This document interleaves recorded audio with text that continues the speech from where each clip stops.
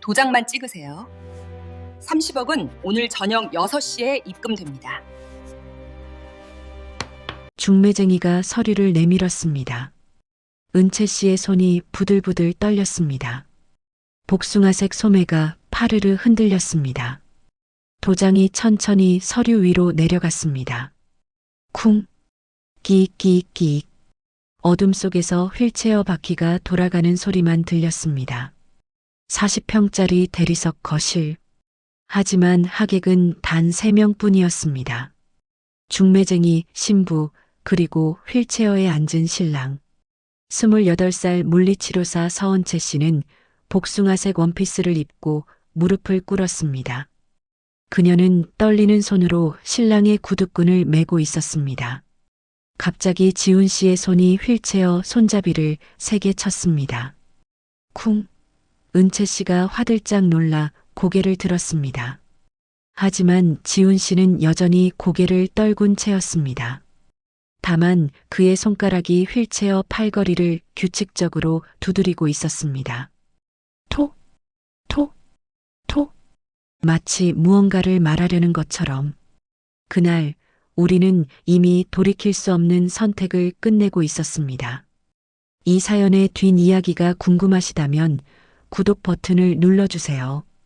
구독과 좋아요는 영상을 만드는데 큰 힘이 됩니다. 시니어 여러분들의 즐거운 인생을 위해 재미있고 감동적인 사연 열심히 만들겠습니다. 감사합니다. 이제 사연 시작합니다. 시간을 48시간 전으로 되돌려 보겠습니다. 48시간 전 장대비가 쏟아지는 밤이었습니다. 은채 씨는 병원 물리치료실에서 12시간 근무를 마치고 탈의실에서 유니폼을 벗고 있었습니다. 어깨가 뻐근했지만 쉴 틈이 없었습니다. 1시간 뒤엔 편의점 야간 알바가 기다리고 있었으니까요. 핸드폰이 울렸습니다. 채권 추심 김 대리였습니다. 서은채 씨, 이번 주 금요일까지 30억 안 들어오면 법적 조치 들어갑니다. 오빠 사업자 등록증이랑 서은채 씨 재직 증명서 법원에 제출했어요. 은채 씨는 핸드폰을 꽉 쥐었습니다. 손등에 핏줄이 퍼렇게 섰습니다. 30억? 오빠가 중국 수출 사기를 당하며 진 빚이었습니다. 연대보증을 섰던 은채 씨는 하루아침에 채무자가 되었습니다. 오빠는 잠적했고 남은 건 은채 씨뿐이었습니다.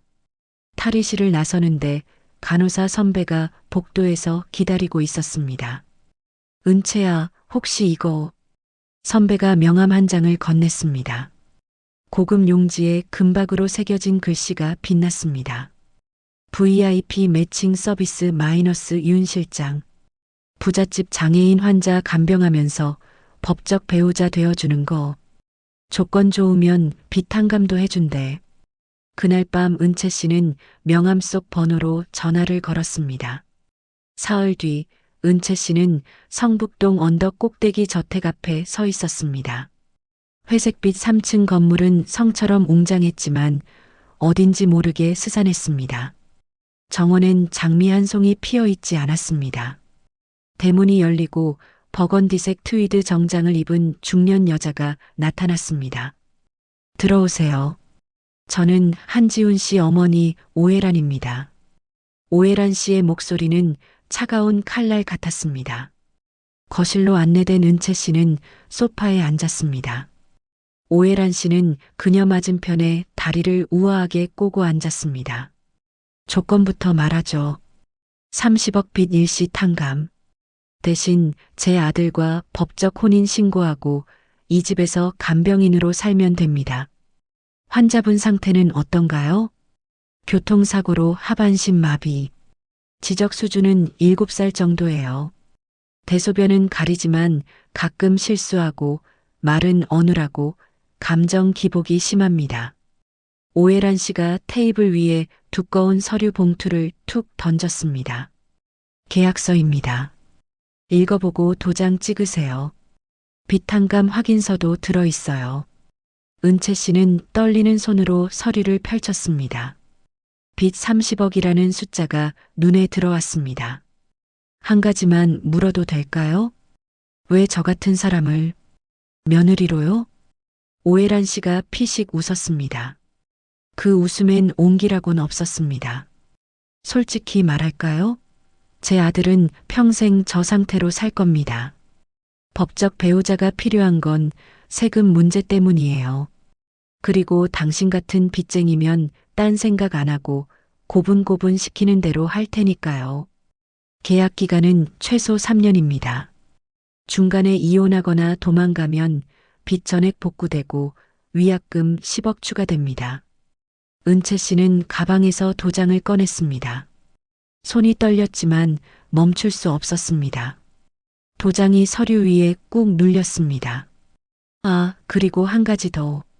제 아들한테 감정이입 같은 거 하지 마세요. 당신은 고용된 간병인일 뿐이에요. 30억짜리 계약직이라고요. 버스로 돌아가는 길, 은채 씨는 복숭아색 카디건을 꽉 껴안았습니다. 엄마가 돌아가시기 전 마지막으로 떠주신 옷이었습니다. 엄마, 제가 잘하고 있는 거 맞죠? 대답은 없었습니다. 빗소리만 들렸습니다. 결혼식은 10분 만에 끝났습니다. 주례도 없었고 축가도 없었습니다. 중매쟁이가 혼인신고서를 확인하고 떠나자 거실엔 은채 씨와 지훈 씨, 그리고 오해란 씨만 남았습니다. 자, 이제 신부는 신랑 방으로 가서 짐 정리하세요. 저녁은 6시에 준비해 드릴게요. 오해란 씨가 차갑게 말했습니다. 그녀는 은채 씨를 며느리가 아닌 고용인 대하듯 했습니다. 은채 씨는 작은 캐리어를 끌고 2층으로 올라갔습니다.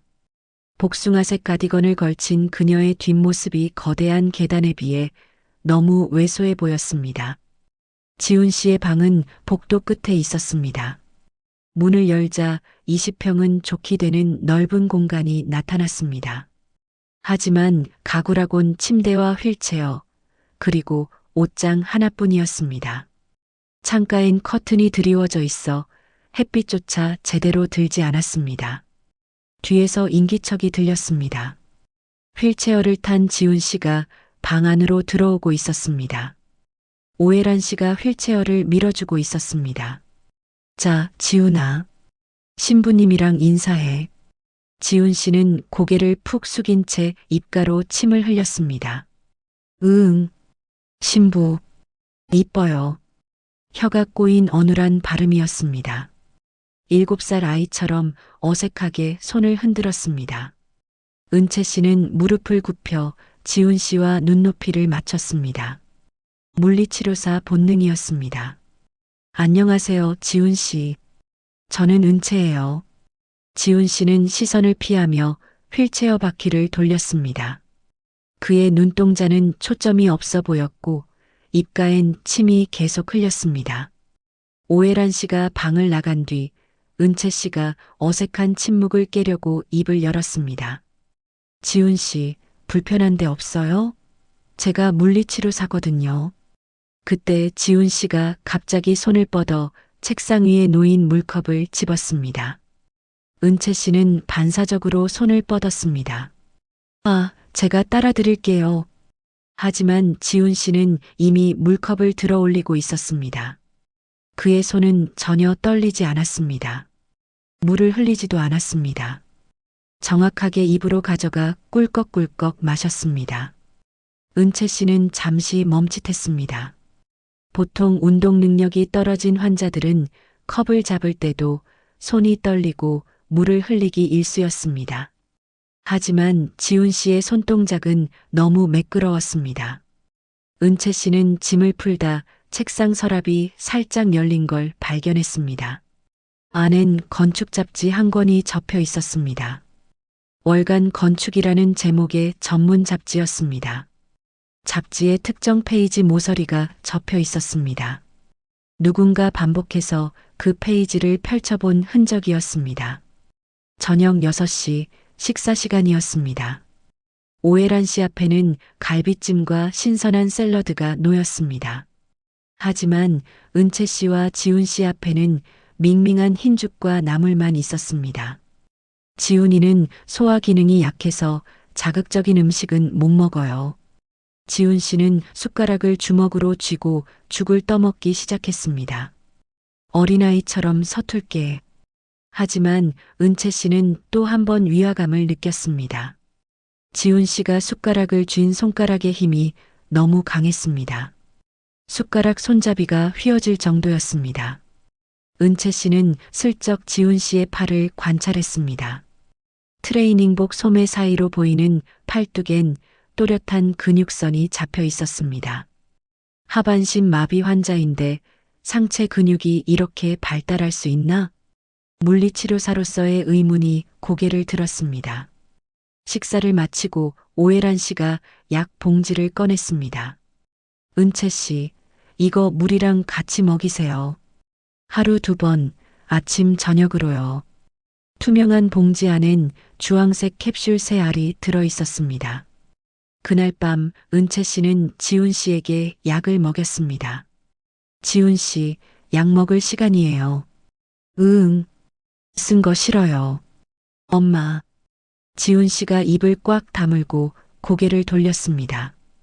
은채 씨는 물컵을 내밀었습니다. 이거 먹고 물 마시면 괜찮아요. 지훈 씨는 마지못해 입을 벌렸습니다. 은채 씨가 주황색 캡슐을 넣어주고 물을 마시게 했습니다. 꿀꺽. 지훈 씨가 물을 삼키는 소리가 조용한 방에 울렸습니다. 약을 먹고 10분쯤 지나자 지훈 씨의 눈꺼풀이 스르르 감겼습니다. 마치 기절한 것처럼 단번에 의식을 잃는 모습이었습니다.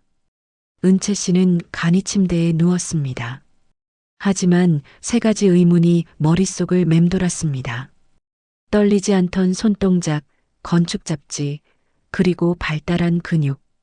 복숭아색 가디건을 꼭 껴안은 채 눈을 감았습니다. 은채 씨가 저택에서 생활한 지 2주일째 되는 날이었습니다. 그날은 유난히 날씨가 험악했습니다. 오후부터 먹구름이 몰려오더니 저녁 무렵엔 폭우가 쏟아지기 시작했습니다.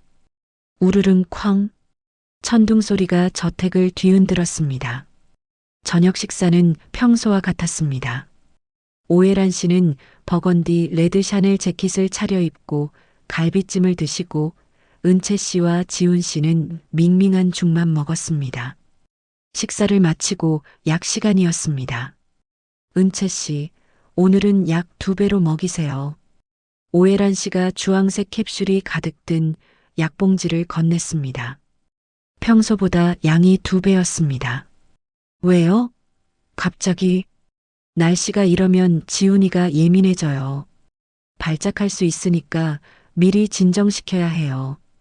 은채 씨는 약봉지를 받아들었습니다. 주황색 캡슐 6알이 손바닥 위에서 덜그럭거렸습니다. 지훈 씨의 방으로 들어갔습니다. 지훈 씨, 약 먹을 시간이에요.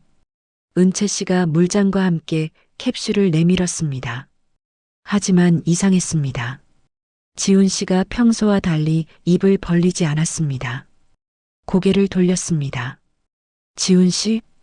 은채 씨가 다시 약을 가져다 댔지만 지훈 씨는 고개를 더 세게 저었습니다. 싫어요. 싫어. 어눌하지만 분명한 거부였습니다. 그때 방문이 벌컥 열렸습니다. 오해란 씨가 차갑게 굳은 얼굴로 들어왔습니다. 뭐 하는 거예요? 약도 제대로 못 먹여요? 아니, 지훈 씨가 오늘따라 거부를. 비켜요. 오해란 씨가 은채 씨를 밀치고 지훈 씨 앞에 섰습니다. 그녀는 지훈 씨의 턱을 거칠게 잡았습니다. 입 벌려. 지훈 씨가 입술을 꽉 다물었습니다. 오해란 씨의 눈빛이 차갑게 변했습니다. 그녀는 지훈 씨의 코를 막았습니다. 숨을 쉬려고 지훈 씨가 입을 벌리는 순간 오해란 씨는 재빨리 캡슐 6알을 모두 입 안에 밀어 넣었습니다. 그리곤 물을 억지로 부어 넣었습니다. 꿀꺽 삼켜. 안 그러면 목 조를 거야. 지훈 씨는 헛구역질하며 어쩔 수 없이 삼켰습니다. 은채 씨는 그 모습에 소름이 돋았습니다. 저건 간병이 아니라 학대였습니다. 지훈 씨, 괜찮아요? 은채 씨가 다가가려는 순간이었습니다. 으드득. 지훈 씨의 몸이 경련하기 시작했습니다. 지훈 씨. 지훈 씨는 휠체어에서 미끄러지듯 바닥으로 쓰러졌습니다. 온몸을 떨며 경련을 일으켰습니다. 입에서 거품이 나왔습니다. 은채 씨는 당황했지만 물리치료사 본능이 발동했습니다. 그녀는 재빨리 지훈 씨를 옆으로 눕히고 기도를 확보했습니다. 괜찮아요, 괜찮아요. 진정해요. 하지만 경련은 멈추지 않았습니다. 그리고 순간, 우에 지훈 씨가 토하기 시작했습니다. 저녁에 먹었던 죽과 함께 뭔가가 쏟아져 나왔습니다. 은채 씨는 급히 휴지로 바닥을 닦았습니다. 그때였습니다. 은채 씨의 손이 멈췄습니다. 토사물 속에 뭔가 이상한 것이 섞여 있었습니다. 주황색 캡슐들이었습니다. 그것도 하나가 아니었습니다. 3개, 4개. 녹지도 않고 원형 그대로였습니다. 이게 뭐지? 은채 씨는 떨리는 손으로 캡슐 하나를 집어들었습니다. 위산에 녹아야 정상인데 캡슐은 말끔했습니다. 마치 방금 꺼낸 것처럼. 은채 씨는 재빨리 캡슐 2개를 휴지에 싸서 주머니에 넣었습니다. 다음 날 아침 은채 씨는 장을 보러 나간다는 핑계로 외출했습니다. 그녀가 향한 곳은 동네 약국이었습니다. 저기, 이 약이 뭔지 좀 알 수 있을까요? 은채 씨는 주머니에서 휴지에 싼 캡슐을 꺼냈습니다. 약사가 돋보기로 캡슐을 자세히 들여다보았습니다. 이건. 약사의 표정이 굳어졌습니다. 이거 근육이완제인데요? 근육이완제요? 네. 수술 전에 쓰거나 근육 경련 치료에 쓰는 약이에요. 그런데 이 용량은. 약사가 고개를 가로저었습니다. 멀쩡한 사람이 이걸 장기 복용하면 근육이 점점 약해집니다. 심하면 마비까지 올 수 있어요. 은채 씨의 얼굴이 창백해졌습니다. 그럼 하반신 마비 환자가 이걸 먹으면요? 더 나빠지죠. 회복될 근육도 못 쓰게 만드는 거니까. 왜요? 혹시 아는 분이? 은채 씨는 대답하지 못했습니다. 그녀는 황급히 약국을 나왔습니다. 빗방울이 다시 떨어지기 시작했습니다. 은채 씨는 버스 정류장에 서서 멍하니 하늘을 바라보았습니다. 지훈 씨는 원래 하반신 마비가 아니었던 거야? 아니면 회복할 수 있었는데 저 약 때문에 못하게 된 거야? 왜? 대체 왜?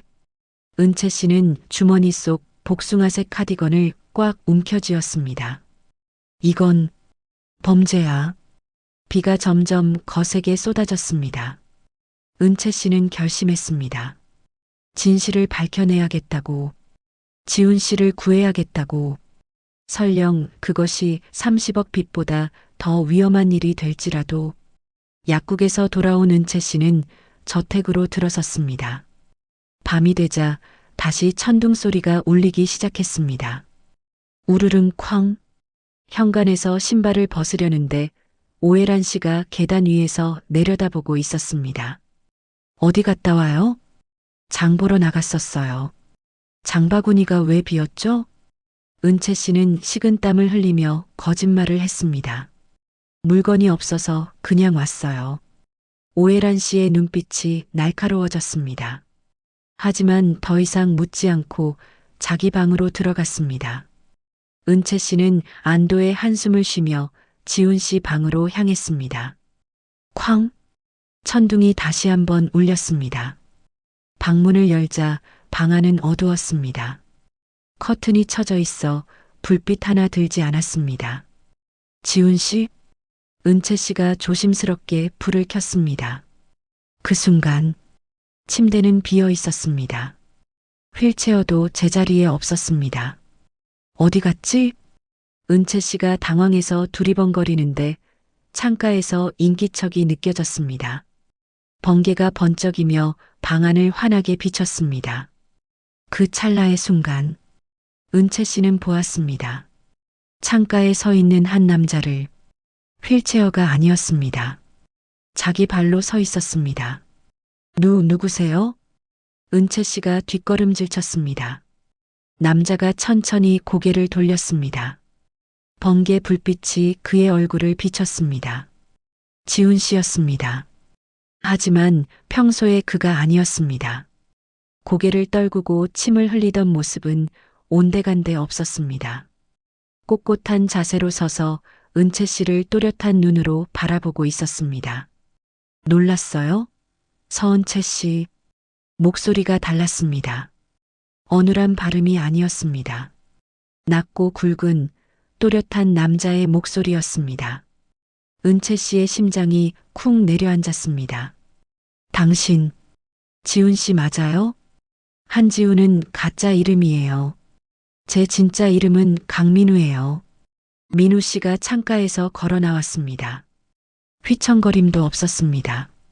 절뚝거림도 없었습니다. 완벽한 걸음걸이였습니다. 은채 씨는 믿을 수가 없었습니다. 하반신 마비는 거짓말이었어요. 처음부터 민우 씨가 방 한가운데 놓인 휠체어를 손으로 밀어 구석으로 보냈습니다. 지적장애도 연기였어요. 3년 동안 쾅!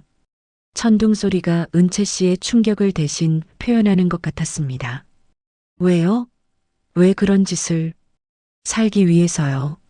민우 씨가 침대에 앉으며 긴 한숨을 내쉬었습니다. 3년 전 제 아버지가 교통사고로 돌아가셨어요. 그때 전 미국에서 건축 공부하고 있었죠. 장례식에 왔다가 오해란을 처음 봤어요. 민우 씨의 목소리가 낮게 가라앉았습니다. 아버지 간병인이었대요. 근데 알고 보니 재혼한 사이였고 유언장엔 모든 재산을 오해란에게 상속한다고 되어 있었어요.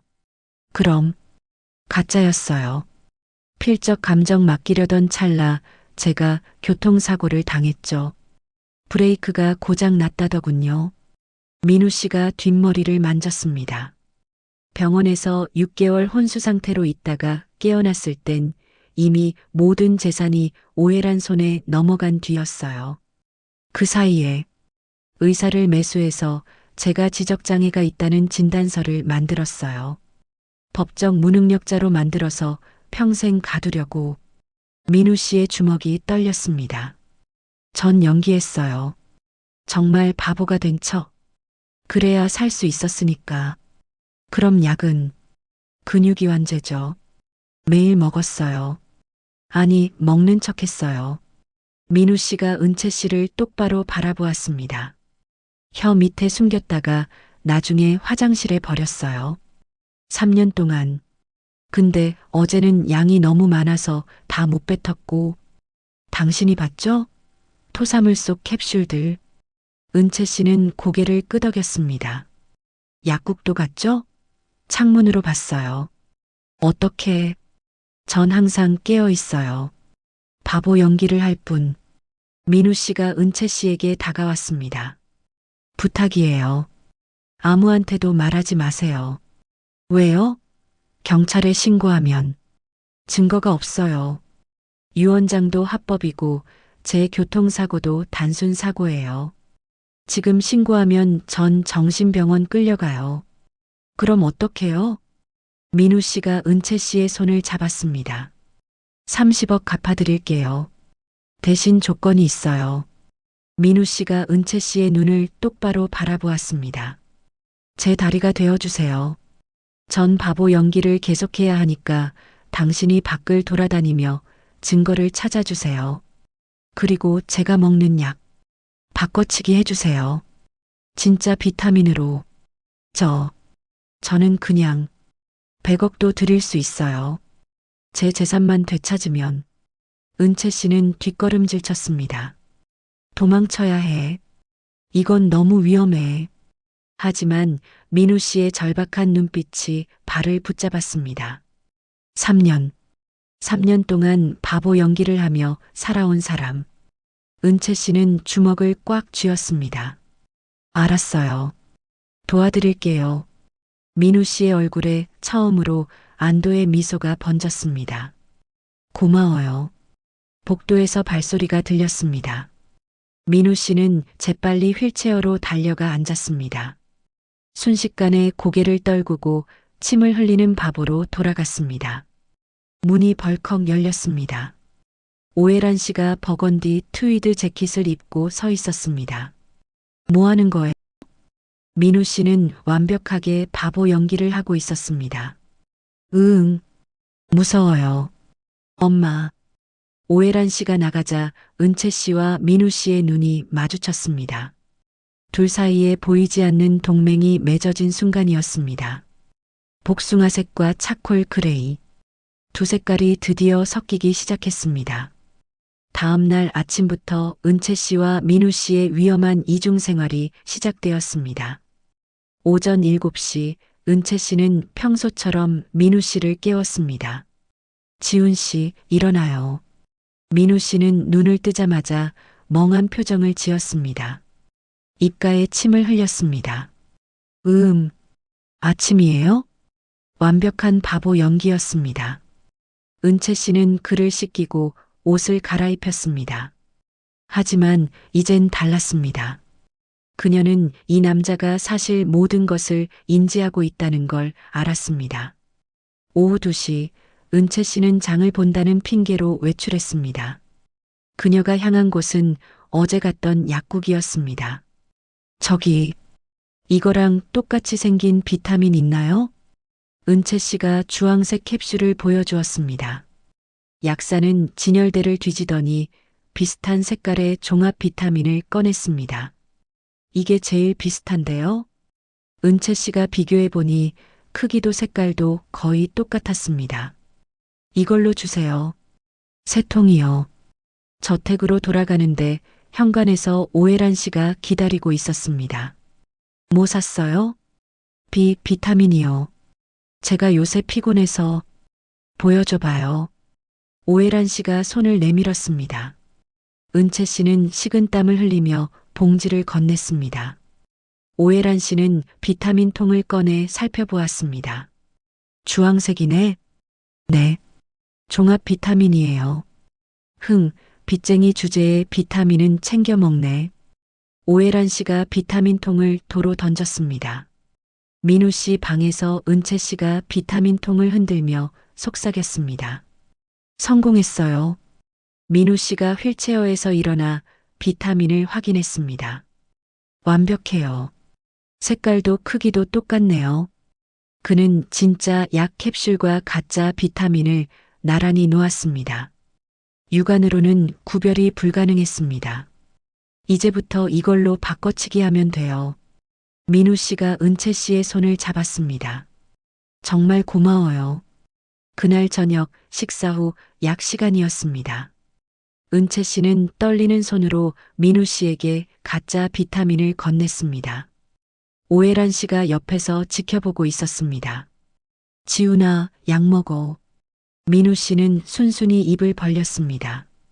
은채 씨가 주황색 캡슐을 넣어주고 물을 건넸습니다.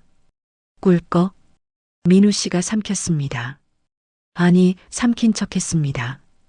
오해란 씨는 아무것도 눈치채지 못했습니다. 잘했어요. 오늘은 일찍 재우세요. 오해란 씨가 나가자 민우 씨가 화장실로 가서 캡슐을 뱉어냈습니다. 하지만 이번엔 진짜 약이 아니라 무해한 비타민이었습니다. 성공이에요. 민우 씨가 작게 웃었습니다. 그날 밤 민우 씨는 3년 만에 처음으로 약 없이 잠들었습니다. 일주일이 지났습니다. 민우 씨의 몸에서 근육이완제가 완전히 빠져나가자 그의 신체 능력이 급격히 회복되기 시작했습니다. 반사신경이 살아났고 눈빛에 생기가 돌았습니다. 문제는 그것이었습니다. 아무리 연기를 해도 살아나는 눈동자를 완벽하게 숨기기는 어려웠습니다. 어느 날 아침 식사 시간이었습니다.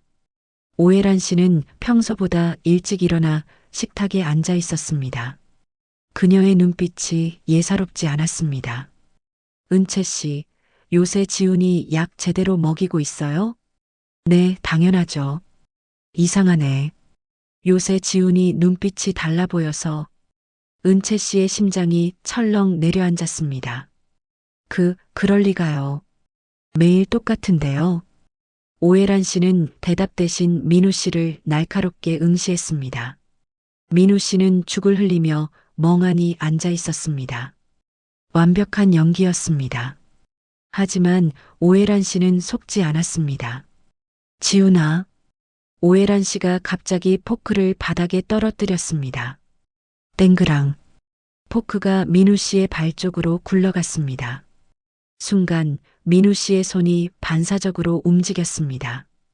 포크를 잡으려다 급히 멈췄지만 이미 늦었습니다. 오해란 씨가 그 움직임을 포착했습니다. 반사신경이 빠르네. 오해란 씨의 목소리가 차갑게 가라앉았습니다. 약을 안 먹었어? 아니면 그녀의 시선이 은채 씨에게로 향했습니다. 당신이 뭔 짓을 한 거야? 아무것도 안 했어요. 거짓말. 오해란 씨가 벌떡 일어났습니다. 지훈이 방 수색해. 검은 양복을 입은 경호원 2명이 들어왔습니다. 그들은 민우 씨의 방을 샅샅이 뒤지기 시작했습니다. 은채 씨는 식은땀을 흘렸습니다. 비타민통? 숨겨뒀나? 잠시 후 경호원이 무언가를 들고 나왔습니다. 주황색 비타민통이었습니다. 이게 뭡니까? 오해란 씨가 비타민통을 열어 캡슐을 꺼냈습니다. 그녀는 캡슐을 반으로 갈랐습니다. 안에서 하얀 가루가 쏟아졌습니다. 오해란 씨가 그 가루를 손가락에 묻혀 맛을 봤습니다. 비타민이네. 그녀의 눈이 차갑게 빛났습니다. 약을 바꿔치기 했구나. 이 영리한 것들. 오해란 씨의 목소리는 얼음보다 차가웠습니다. 경호원. 검은 양복의 사내들이 들어와 은채 씨와 민우 씨를 양쪽 팔로 붙잡았습니다. 아파요. 엄마. 민우 씨는 끝까지 바보 연기를 계속했습니다. 닥쳐. 이제 연기 그만해. 오해란 씨가 민우 씨의 뺨을 찰싹 때렸습니다. 그럼에도 민우 씨는 울음을 터뜨리며 연기를 멈추지 않았습니다. 지하실로 끌고 가. 경호원들이 둘을 질질 끌고 갔습니다. 지하실은 축축하고 음침했습니다. 곰팡이 냄새가 코를 찔렀습니다. 한쪽 벽엔 쇠창살이 달린 작은 방이 있었습니다. 마치 감옥 같았습니다. 경호원들이 은채 씨와 민우 씨를 그 안에 밀어 넣었습니다. 철컥. 쇠창살 문이 잠겼습니다. 어둠 속에서 은채 씨와 민우 씨는 서로를 바라보았습니다. 미안해요. 민우 씨가 작게 말했습니다. 당신까지 이런 일에 휘말리게 해서. 괜찮아요.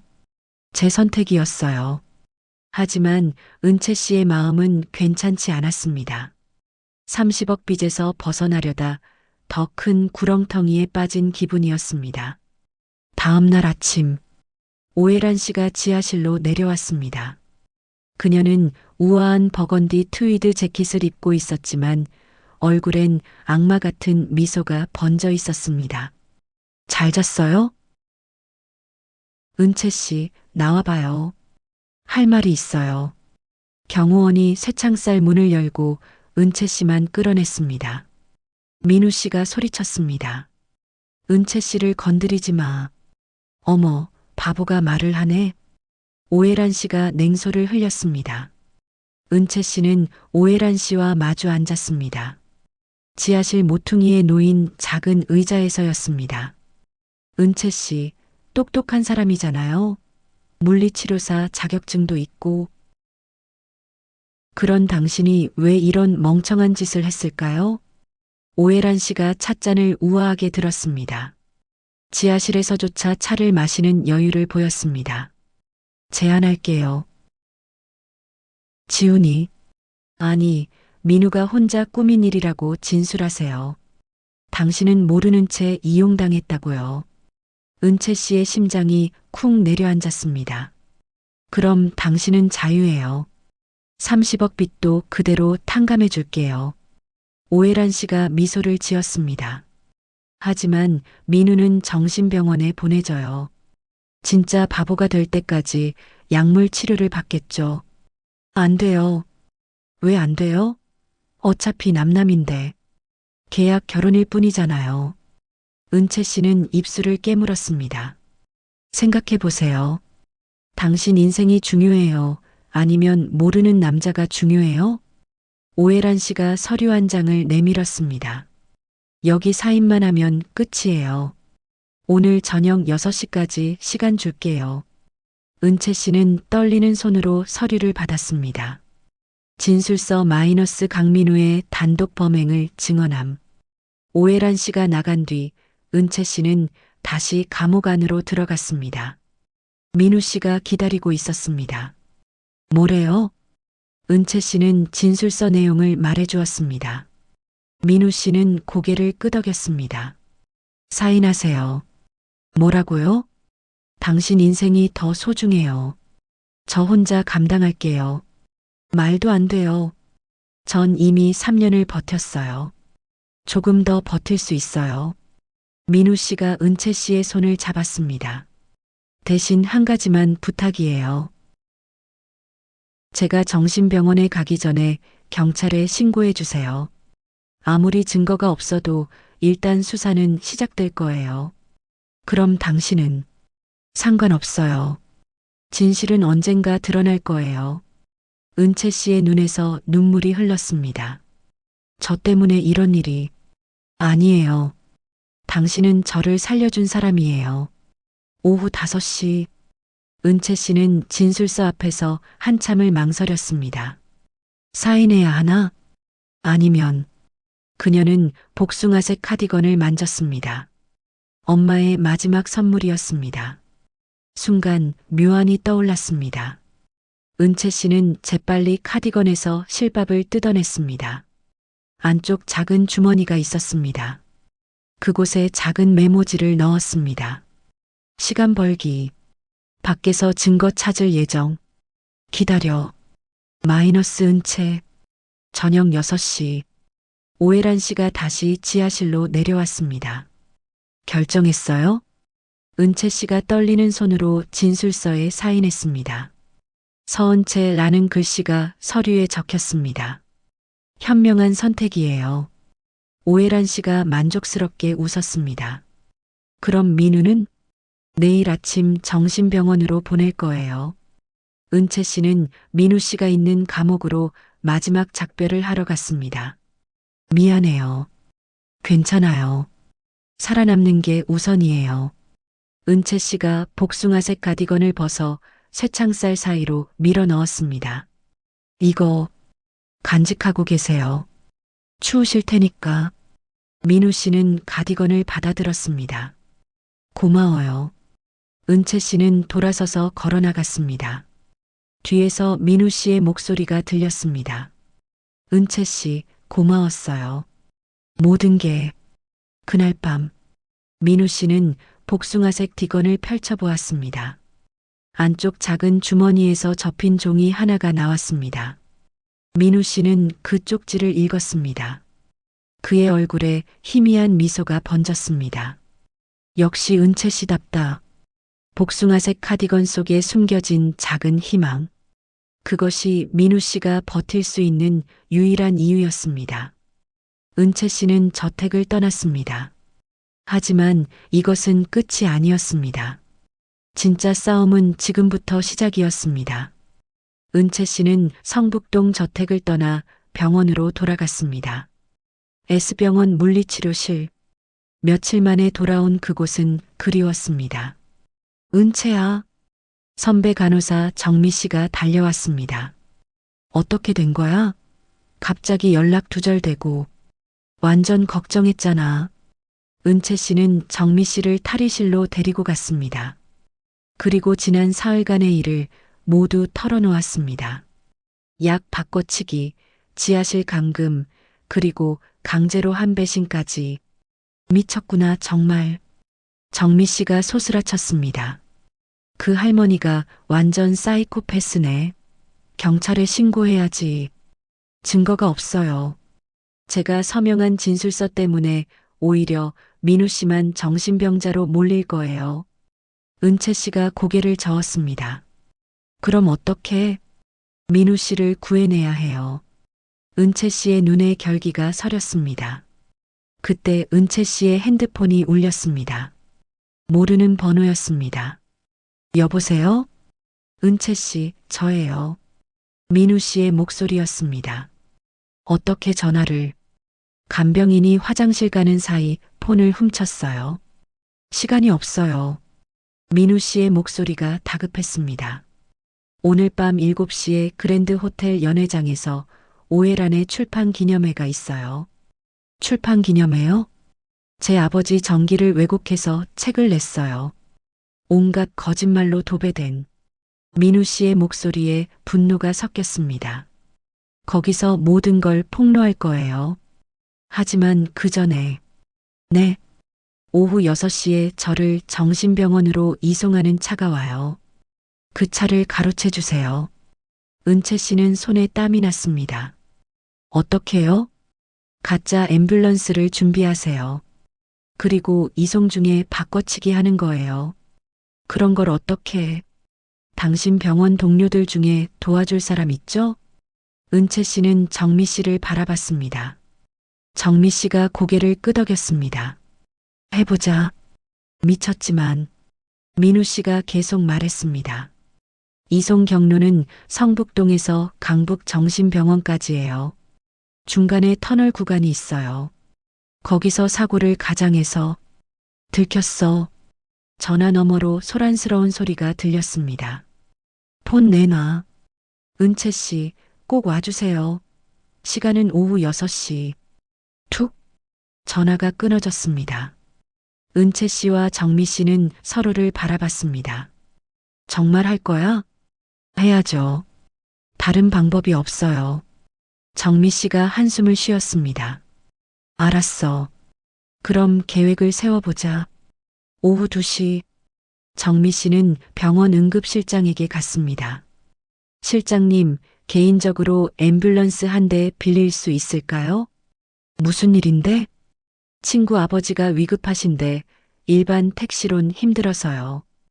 응급실장은 정미 씨를 오래 알던 터라 흔쾌히 허락했습니다.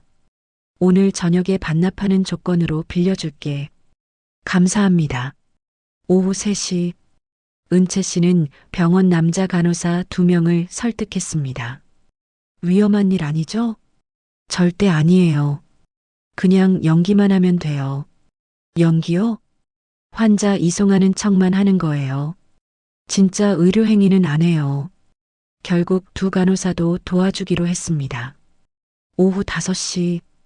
가짜 앰뷸런스가 준비되었습니다. 정미 씨가 운전석에, 은채 씨가 조수석에, 남자 간호사 둘이 뒤에 탔습니다. 장비 확인. 들것 준비 완료. 응급약품 세트 확인. 그럼 출발. 앰뷸런스는 성북동을 향해 달렸습니다. 오후 5시 30분. 앰뷸런스는 성북동 터널 입구에 대기했습니다. 저기 온다. 정미 씨가 소리쳤습니다. 검은색 승합차 한 대가 터널로 들어가고 있었습니다. 가자. 앰뷸런스가 사이렌을 울리며 뒤를 따랐습니다. 터널 중간 지점.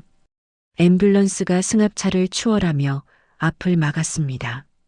급환자 발생. 길 좀 비켜주세요. 정미 씨가 확성기로 소리쳤습니다. 승합차가 멈춰섰습니다. 간병인과 운전기사가 내렸습니다. 뭔 일이야? 환자가 심정지 상태예요. 응급처치 도와주세요. 간호사들이 들것을 끌고 승합차로 달려갔습니다. 뒷문이 열렸습니다. 안에는 수갑을 찬 민우 씨가 앉아 있었습니다. 지금 은채 씨가 외쳤습니다. 간호사들이 재빨리 민우 씨의 수갑을 풀고 들것에 눕혔습니다. 환자 이송합니다. 그들은 민우 씨를 앰뷸런스로 옮겼습니다.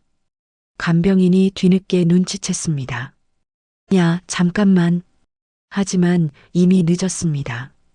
앰뷸런스는 사이렌을 울리며 터널을 빠져나갔습니다. 앰뷸런스 안에서 민우 씨가 눈을 떴습니다. 성공했어요? 네. 은채 씨가 환하게 웃었습니다. 이제 출판 기념회장으로 가면 돼요? 네. 그런데 민우 씨가 시계를 봤습니다. 오후 6시 40분. 시간이 촉박해요. 7시까지 그랜드 호텔에 도착해야 해요. 괜찮아요. 우리가 있잖아요. 정미 씨가 운전대를 꽉 잡았습니다. 모두 안전벨트 매세요. 이제부터 레이싱이에요. 앰뷸런스는 서울 시내를 가로질러 그랜드 호텔을 향해 질주하기 시작했습니다. 사이렌 소리가 도시의 밤을 가르며 울려 퍼졌습니다. 마침내 역전의 시간이 다가왔습니다. 오후 7시 정각. 그랜드 호텔 앞에 앰뷸런스가 도착했습니다. 도착했어요. 정미 씨가 운전대에서 손을 뗐습니다. 호텔 입구는 화려했습니다. 레드카펫이 깔려 있고 기자들이 플래시를 터뜨리고 있었습니다.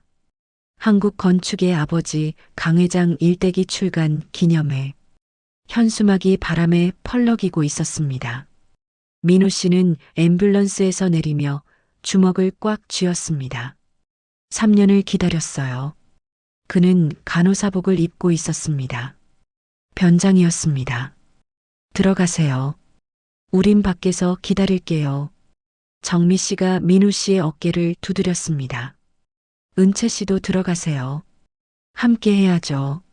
민우 씨가 은채 씨의 손을 잡았습니다. 네. 둘은 호텔 로비를 통과해 연회장으로 향했습니다.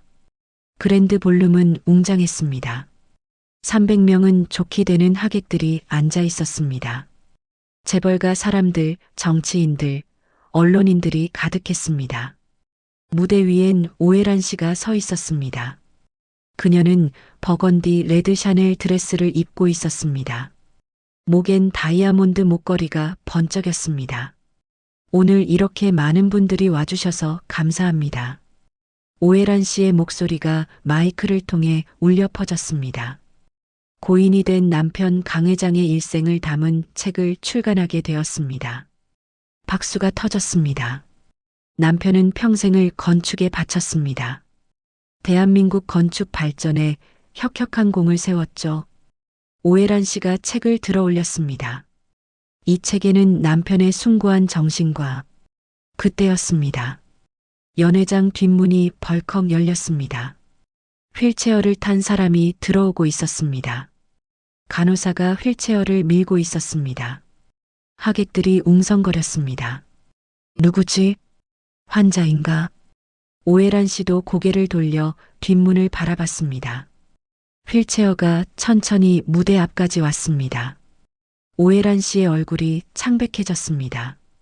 휠체어에 앉은 사람은 지훈 씨, 아니 민우 씨였습니다. 지훈아? 오해란 씨가 떨리는 목소리로 말했습니다. 내가 왜 여기에? 민우 씨는 고개를 떨군 채 앉아 있었습니다. 입가엔 침을 흘리고 있었습니다. 바보 연기였습니다. 응. 엄마. 무서워요. 하객들이 수군거렸습니다. 저 사람이 누구야? 정신병자 같은데? 오해란 씨는 당황했지만 재빨리 상황을 수습하려 했습니다. 죄송합니다. 제 아들인데 정신적으로 문제가 있어서. 그때였습니다. 민우 씨가 갑자기 휠체어에서 일어났습니다. 전체 연회장이 숨을 멈췄습니다. 민우 씨는 휠체어를 박차고 무대 위로 올라갔습니다. 완벽한 걸음걸이였습니다. 안녕하세요. 민우 씨가 마이크를 잡았습니다. 그의 목소리는 또렷하고 힘찼습니다. 저는 강민우입니다. 연회장이 술렁였습니다. 오해란 씨는 혼비백산했습니다. 강 회장의 아들이자 이 모든 재산의 진짜 상속인입니다. 안 돼. 오해란 씨가 마이크를 뺏으려 했지만 민우 씨는 한 발 물러섰습니다. 3년 동안 저는 바보 연기를 했습니다. 이 여자 때문에요. 민우 씨가 오해란 씨를 가리켰습니다. 이 책은 모두 거짓입니다. 민우 씨가 책을 들어 올렸습니다. 제 아버지는 교통사고로 돌아가셨습니다. 그 직후 이 여자가 가짜 유언장을 만들었어요. 연회장이 시끄러워졌습니다. 기자들이 카메라를 들이댔습니다. 그리고 저를 교통사고로 죽이려 했습니다. 실패하자 의사를 매수해서 정신병자로 만들었어요. 거짓말이에요. 오해란 씨가 소리쳤습니다. 증거가 있어요? 민우 씨가 주머니에서 뭔가를 꺼냈습니다. 녹음기였습니다. 3년 동안 모든 대화를 녹음했습니다. 민우 씨가 재생 버튼을 눌렀습니다. 오해란 씨의 목소리가 스피커를 통해 울렸습니다. 근육이완제를 매일 먹여. 바보로 만들어야 해. 의사한테 돈 더 줘. 진단서 조작하라고. 연회장이 웅성거렸습니다. 그리고 이 여자는 저에게 독을 먹였습니다. 민우 씨가 주황색 캡슐을 꺼냈습니다. 근육이완제예요. 3년 동안 매일. 기자들이 플래시를 터뜨렸습니다. 오해란 씨는 얼굴이 새하얗게 질렸습니다. 그래서 저는 결정했습니다. 민우 씨의 목소리에 힘이 실렸습니다. 오늘 이 자리에서 모든 진실을 밝히겠다고. 민우 씨가 은채 씨를 바라봤습니다. 은채 씨는 객석에서 눈물을 흘리며 박수를 치고 있었습니다. 그리고 저를 구해준 사람이 있습니다. 민우 씨가 은채 씨를 가리켰습니다. 서은채 씨, 당신이 없었다면 오늘이 없었을 거예요. 연회장에서 박수가 터졌습니다. 이 여자, 오해라는 사기꾼입니다. 민우 씨가 단호하게 말했습니다. 제 아버지의 재산을 가로챈 범죄자예요. 오해란 씨가 무대에서 비틀거렸습니다. 경찰들이 연회장으로 들어왔습니다. 오해란 씨 사기 및 감금 혐의로 체포합니다. 수갑이 오해란 씨의 손목에 채워졌습니다. 그녀의 버건디 드레스가 초라하게 보였습니다. 민우 씨는 무대에서 내려와 은채 씨에게 걸어갔습니다. 고마워요. 그가 은채 씨의 손을 잡았습니다. 우리 해냈어요. 은채 씨가 울먹이며 대답했습니다. 연회장은 여전히 시끄러웠습니다. 기자들이 몰려들고 있었습니다. 하지만 민우 씨와 은채 씨는 서로만 바라보고 있었습니다. 복숭아색과 차콜 그레이. 드디어 두 색깔이 완전히 하나가 되었습니다. 3년간의 거짓이 무너진 그날 진실은 마침내 빛을 보았습니다. 하지만 이들의 이야기는 아직 끝나지 않았습니다. 과연 민우와 은채는 진짜 사랑을 찾을 수 있을까요?